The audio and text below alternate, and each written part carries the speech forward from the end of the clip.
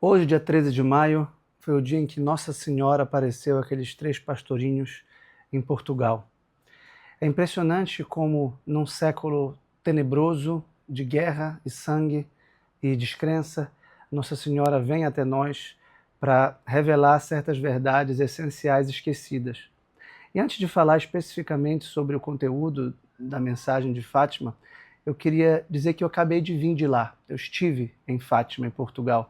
É interessante pensar que Nossa Senhora escolheu os fracos para confundir os fortes, os ignorantes para confundir os sábios, uma cidade provinciana de um país periférico para crianças e não adultos, para crianças pastoras ignorantes fora das grandes cidades, dos centros de estudo ou de ensino ou de economia e política, para falar algo essencial, a importância do sacrifício reparador, a importância de desagravar os pecados pela penitência.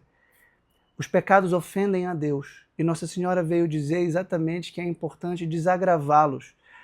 Eu lembro quando eu era jovem, eu escutava uma música do Cazuza, chamado Mal Nenhum, que dizia que eu não posso causar mal nenhum, a não ser a mim, a não ser a mim mesmo. E o que Nossa Senhora veio dizer em Fátima é que os pecados causam um mal objetivo ao coração de Jesus e ao coração imaculado de Maria. E que os santos são aqueles que os desagravam, que os reparam com a sua oração e com o seu sacrifício, isto é, com a sua penitência. Ela veio nos pedir para rezar o rosário e para ter um espírito de penitência e desagravo, que é acolher o sacrifício para reparar os nossos pecados e os pecados do mundo inteiro. Ela veio mostrar o inferno a essas crianças.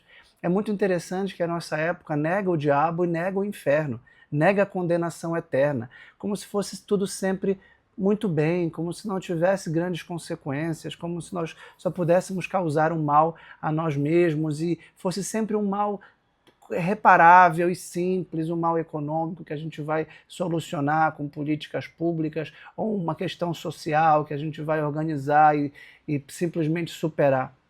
Na verdade, o inferno é consequência da justiça de Deus, que ao mesmo tempo é misericordioso e nos enviou a sua própria mãe, não de modo místico ou desconhecido, mas de modo ostensivo e público para milhares de pessoas.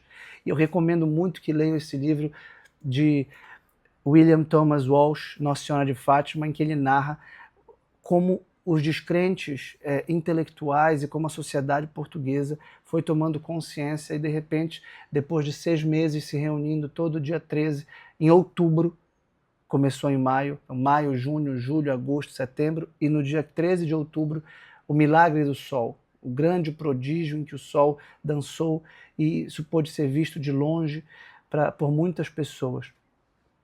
E também recomendo este livro, editado pela editora Padre Pio, que recentemente eu li em preparação para a viagem com o meu filho e o tornou, aos 5 anos, devoto de Nossa Senhora de Fátima, porque é uma grande catequese explicar para as crianças essa forma com que Nossa Senhora teve de se comunicar com uma delas.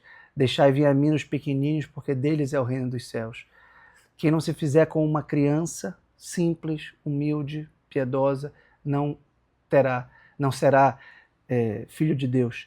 E é interessante que São José Maria Escrivá, numa homilia chamada Seguindo os Passos do Senhor, coligida num livro chamado Amigos de Deus, tem uma explicação muito simples e objetiva do que é a penitência. E vejam como nós podemos ter uma alma penitente, cumprindo os nossos deveres no meio do mundo. Por exemplo, diz São José Maria, que é o santo do cotidiano: penitência é o cumprimento exato do horário que marcaste, ainda que o corpo resista ou a mente pretenda evadir-se em sonhos quiméricos. Penitência é levantar-se na hora e também não deixar para mais tarde, sem um motivo justificado, essa tarefa que te é mais difícil ou trabalhosa. Penitência está em saberes compaginar todas as tuas obrigações, com Deus, com os outros e contigo próprio, sendo exigente contigo de modo que consigas encontrar o tempo de que cada coisa necessita. És penitente quando te submetes amorosamente ao teu plano de oração, apesar de estares esgotado, sem vontade ou frio.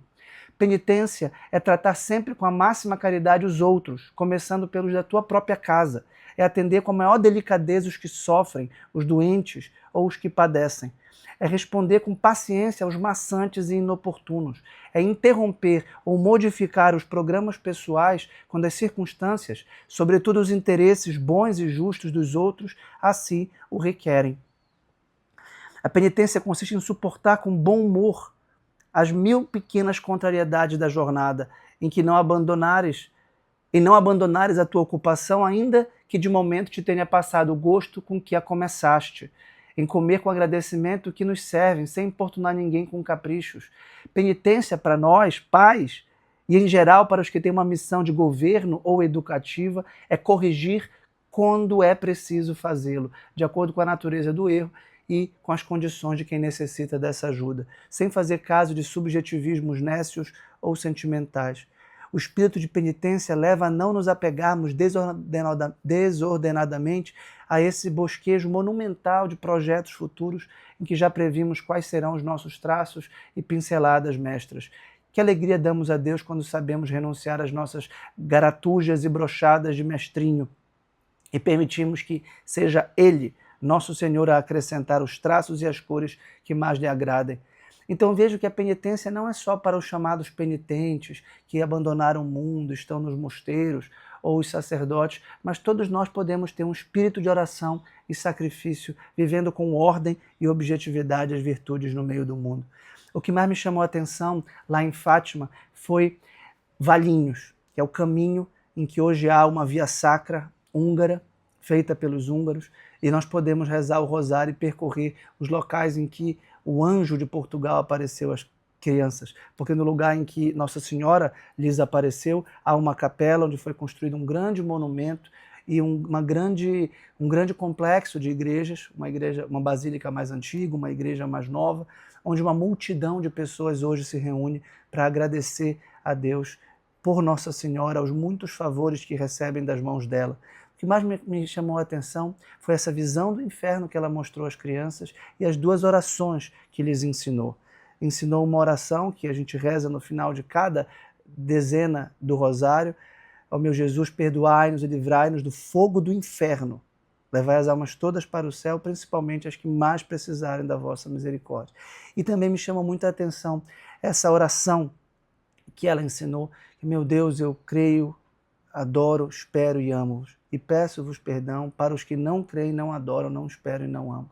Ou seja, a gente não pode ter uma piedade egoísta ou individualista, mas a gente tem que pensar sempre nos outros, que não amam, que não adoram, que não esperam, que não creem e que podem vir a crer, adorar, esperar e amar com a nossa intercessão. E o anjo disse aos pastorinhos para aceitarem com submissão todo o sofrimento que Deus lhes mandar.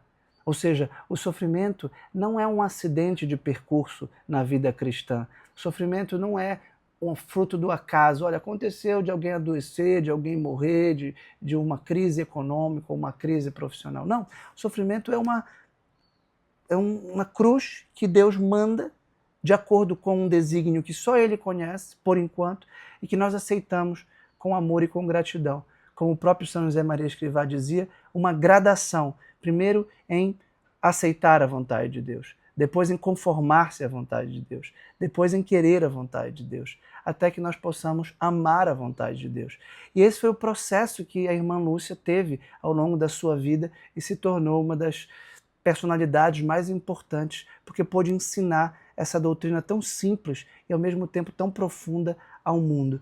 E por fim, claro, não poderia deixar de mencionar a grande mensagem de consagração da Rússia ao Sagrado Coração de Jesus e de Maria, e que a Rússia não espalhasse os seus erros pelo mundo. E qual é o erro da Rússia? O erro da Rússia é o ateísmo, é o comunismo que tem uma base materialista, é querer resolver os problemas com o poder do Estado, com o poder de um tirano, como foram Lenin e Stalin. A Rússia abraçou uma ideologia comunista e materialista, cujo fundamento metafísico é o ateísmo, é se virar as costas para Deus, é se abandonar a fé, considerar a religião o ópio do povo, como o marxismo que fundamenta essa ideologia previa, e querer dar ao Estado o máximo poder para resolver tudo do ponto de vista apenas material e sem religião. Ora, essa ideologia que estava sediada na Rússia nesse momento foi sim espalhada pelo mundo. Por isso veio a Segunda Guerra Mundial e a perpetuação de muitos conflitos e muitas contradições que só poderão ser sanadas, é claro, quando cada um se reconhecer filho de Deus e ter com o outro uma relação de fraternidade, de amizade e de compreensão, em outras palavras, de caridade. Ou seja, a mensagem de Fátima não é senão a boa e nova mensagem do Evangelho, a mensagem do seu Filho amado Jesus Cristo. Então eu desejo um santo dia de Nossa Senhora de Fátima e que nós tenhamos no Rosário uma arma para a penitência e a piedade cada vez mais cristocêntrica, como gostava de dizer o Papa João Paulo II, centrada em Nosso Senhor Jesus Cristo. Nós sempre o encontramos acompanhado de sua mãe, Nossa Senhora.